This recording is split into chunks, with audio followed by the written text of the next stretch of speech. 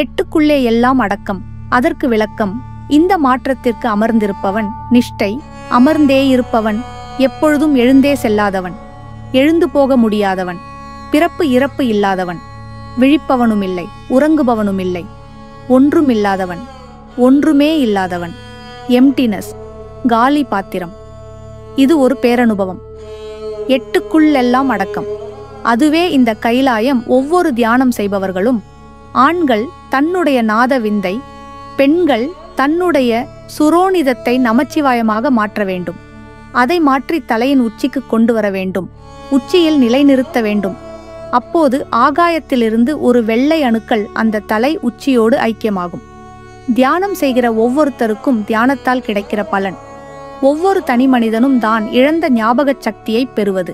இதற்கு தான் தியானம் செய்கிறோம். இதுதான் தன்னை உணர்தல், வீடு பேறு அடைதல், ஒன்றோடு ஒன்று ஐக்கியமாவது, ஏதுமற்று போவது, நானே அதுவாக இருக்கிறேன் என்பதற்கெல்லாம் வடிவம். ஆனால் உச்சியில் இந்த வெள்ளை அணுக்கள் ஐக்கியமானால் அவனுடைய மூளைக்கு மரணமில்லை என்று பெயர். சாகாத மூளை பெற்றிருக்கிறான் என்று பெயர். இந்த சாகாத மூளைக்காரன் அமர்ந்த இடத்திலிருந்து தன்னுடைய அலைவரிசையை பரப்பிக்கொண்டே இருப்பான். அதற்கு காரணம், ஆகாயத்திலிருந்து வெள்ளை அணுத்துகள்கள் மலை போல் அவன் தலையில் பொழிந்து கொண்டிருக்கும். இதுதான் நமச்சிவாயம் என்று சொல்வார்கள். நமச்சிவாயம் என்றால் உயிர்த்துளி. உயிர்த்துளியாகவே வெள்ளை அணுகள் அவர் தலையில் கொட்டிக்கொண்டிருக்கும். இதுதான் கைலாய மலையில் நிகழ்கிறது. இதுபோல எங்கு அனுபவம் இருந்தாலும் அந்த இடத்தில் இதே போன்ற ஒரு வடிவத்தை உங்களால் காண முடியும். சிவலிங்கத்தை கொட்டும் அருவியில் வைப்பதற்கு இதுவே காரணம். சிவலிங்கத்தின் மீது பூக்கள் போடுவதோ, பால் தண்ணீர் ஊற்றி அபிஷேகம் செய்வதோ மரபுகளோ கலாச்சாரமோ கிடையாது. மூட நம்பிக்கையும் இல்லை. ஒருவனுக்கு மட்டும் வானத்திலிருந்து உயிர்த்துளிகளே மழையாக பொழிந்து கொண்டிருக்கிறது, வெள்ளி கம்பிகள் போல், வெள்ளி நட்சத்திரம் போல். அவன் மட்டும் அந்த வெள்ளிக்கம்பி உயிர்த்துளியில் நனைந்து கொண்டிருக்கிறான். வேறு யாராலும் அதற்குள் நனைய முடியாது. அப்படி நனைபவனை ஆராதிப்பதற்கும் சரணாகதி அடைவதற்கும் இந்த வழிபாட்டு முறைகள் தோன்றப்பட்டது. பனிலிங்கம், ஹரித்துவார், ரிஷிகேஷ், பத்ரிநாத், கேதார்நாத், இது எல்லாம் இந்த 8வது வடிவத்தையே குறிக்கிறது. இதுபோல் நூற்றுக்கணக்கான இடங்கள் உலகில் உள்ளது. பெயர் குறிப்பிட முடியவில்லை. என்னுடைய பயணத்திலேயே விரிவாக அந்த இடத்தையெல்லாம் நானே சொல்கிறேன், மீண்டும் சொல்கிறேன். தியானத்தில் ஒரு சாதகன் நாதவிந்தை நமச்சிவாயமாக மாற்றியவனுக்கு வானத்திலிருந்து நமச்சிவாயமாகவே மழை பொழிந்து கொண்டிருக்கும். ஒரு மரத்திலிருந்து இலை உதிர்வது போல், தலையிலிருந்து ஒரு முடி உதிர்வது போல் இந்த உயிர் சக்தி உதிர்ந்து கொண்டே இருக்கும். 7 ஒளி நிலையை கடந்தவன் 8லே இந்த மழை துளியை அனுபவிக்கிறான்.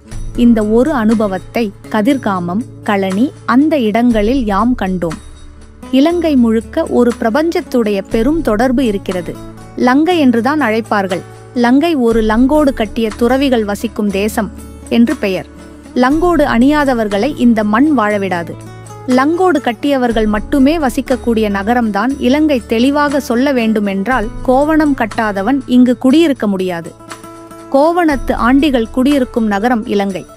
ராஜாக்களும் சிப்பாய்களும் வாழுகிற நகரம் அல்ல இது. மீண்டும் ராஜாவாக வாழ முயற்சி செய்தால் இலங்கை பற்றி எரியும். இது ராஜா தேசம் அல்ல. இது ராஜ்யத்திற்கான தேசமும் அல்ல. இது ஞான தேசம். ஞானம் எளிதாக கிடைத்துவிடும் ஞான பூமி என்று அழைப்பார்கள். சீனா, திபெத், இலங்கை, கம்போடியா இதெல்லாம் ஒரே தாய்நாடுகள். இந்தியா, இலங்கை சகோதரத்துவம் உள்ள நாடுகள். லங்கை என்ற இலங்கையில் மக்கள் இதை அனுபவிக்க முடியவில்லை. காலத்தின் கணக்கு, அவர்களின் கணக்கு. அதனால் இந்த ஞான பூமி இரத்த பூமியாகவும், கலவரம் நிறைந்த பகுதியாகவும், கேளிக்கை விடுதி, கொண்டாட்டங்கள் நிறைந்ததாக மாறிப்போய்விட்டது. இதை நிச்சயமாக பிரபஞ்சத்துடைய ஒரு மையம் என்றுதான் லங்கை என்ற இலங்கையையும் இங்கிருக்கும் பல இடங்களையும் குறிப்பிடலாம். அதில் முக்கியமான இடம் கதிர்காமம். இதை படித்துவிட்டோ, இதை குரலாக கேட்டுவிட்டோ இலங்கையில் வந்து தியானம் செய்து சாதித்து விடலாம் என்று யாரும் கற்பனையில் ஆழ்ந்து போகாதீர்கள். உயர்ந்த தியானத்தை பெற்றவனால் மட்டுமே இந்த லங்கை என்ற இலங்கைக்கு பிரபஞ்சத்தால் அழைக்கப்படும். செயற்கையால் அல்ல, இயற்கையால். புத்தர் தோன்றும் முன்பே இந்த லங்கை என்ற இலங்கை பெரும் சக்தியாக இருந்தது. புத்தர் போதி மரத்தில் ஞானத்தை பெற்றுவிட்டு அதற்கு பின்புதான் இந்த லங்கை என்ற இலங்கைக்கு பயணத்தை மேற்கொண்டார். அப்பொழுது அவருக்கு அந்த மழையில் நனையக்கூடிய காட்சி, அந்த 8க்குள் ஐக்கியமாகும் காட்சியும் அரங்கேறியது. அதேபோல்தான் யாமும் ஒரு அனுபவத்தை பெற்றுவிட்டு இங்கு வரவைக்கப்பட்டோம். அந்த மழைத்துளிகளில் நனையவோ அந்த எட்டோடு கலக்கவோ ஒரு வாய்ப்பு வழங்கப்பட்டது. இதுவே என்னுடைய மாணவர்களுக்கும் என்னை பின்பற்றும் பொதுமக்களுக்கும் இந்த பிரபஞ்சத்தால் நான் கூற விரும்புகிறேன். மாறாமல் இருப்பது மனிதன், மாறிக்கொண்டே இருப்பது தியானம். மாறிக்கொண்டே இருக்கும் தியானம் ஒரே வடிவத்தில் செயல்படும். மாறாத மனிதன் மனதால் பல வடிவத்தில் செயல்படுவான். இதை சாட்சியாக தியானம் செய்கிறவர்கள் கவனித்து பார்த்தால் தெரியும். நம் யூடியூப் சேனலுக்கு என்னுடைய குரு என்ற பெயருக்கு விடுதலை அளித்து என்னுடைய அனுபவத்தையே பெயராகச் சூட்டுகிறேன். இது பெயரல்ல, அனுபவம். ஆகாயத்தில் ஒரு நாகலிங்க மரம் இருக்கிறது. அந்த நாகலிங்க மரத்தில்தான் ஒருத்தர் அமர்ந்திருக்கிறார். அங்கிருந்தே இந்த வெள்ளை அணுக்கள் மழைத்துளி கிடைக்கிறது. அதுதான் கைலை மலையுடைய உச்சி. கைலை மலையில் யாரும் ஏறுவதில்லை, ஏற முடியவில்லை என்பதற்கு பொருள். அது ஆகாயமாக இருக்கிறது. அது வளர்ந்து கொண்டிருக்கிறது, அது வாழ்ந்து கொண்டிருக்கிறது. அது காலமாக, நேரமாக, நாட்களாக மாறிக்கொண்டே இருக்கிறது. அதனால் அதை அவ்வளவு எளிதாக கையாள முடியாது. கைலை மலைக்கு செல்வதே ஞானமடையாமல் கைலை மலையிலிருந்து அழைக்கப்படாமல் செல்லக்கூடாது என்பது நிதர்சனமான உண்மை. சில தவறான குருவின் வழிகாட்டுதலில் அங்கு நிறைய பேர் செல்கிறார்கள். அது ஒரு நல்ல அணுகுமுறையாக இருக்காது. என்னுடைய அனுபவத்தை இந்த பெயர் மாற்றம். இதெல்லாம் உங்களிடம் சொல்லாமலேயே இருக்கலாம். கட்டாயம் ஒரு நாள் எழுதவோ படிக்கவோ உங்களுக்கு இது தேவைப்படும். ஒரு நாள் நிச்சயமாக இதை உணர்ந்தீர்கள் என்றால் உங்கள் கண்களிலிருந்து மழை பொழியும். இது உங்களுக்கானது. அனுபவம் பெறாதவரைதான் அதை மறைத்து வைக்க முடியும். அனுபவம் பெற்றுவிட்டால் அதை வெளிப்படுத்தியே ஆக வேண்டும். நான் வெளிப்படுத்தாவிட்டாலும் இன்னொருவர் வந்து அதை வெளிப்படுத்துவார். இந்த வெள்ளை உடை அணிவதற்கு இந்த 8 வெள்ளிக்கம்பி, இந்த மழைதான் காரணம். நான் ஒரு காகம்போல் கருப்பானவன், ஆனால் என் மூளை வெள்ளையானது. இதைத்தான் கர்த்தர் கருப்பு ஆட்டுக்குட்டி. இந்த 8ஐ கண்டவன் தேவனுடைய ஆட்டுக்குட்டி, வெள்ளை ஆட்டுக்குட்டியாக மாறுகிறான்.